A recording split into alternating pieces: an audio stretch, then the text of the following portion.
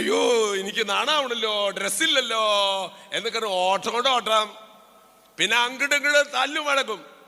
നീയല്ലേ ഓരോ സാധനം തന്നിട്ട് മനുഷ്യന്റെ സമാധാനം കളയണ്? ആര്? ആദം. ആരോട്? ഹൗവയോട്.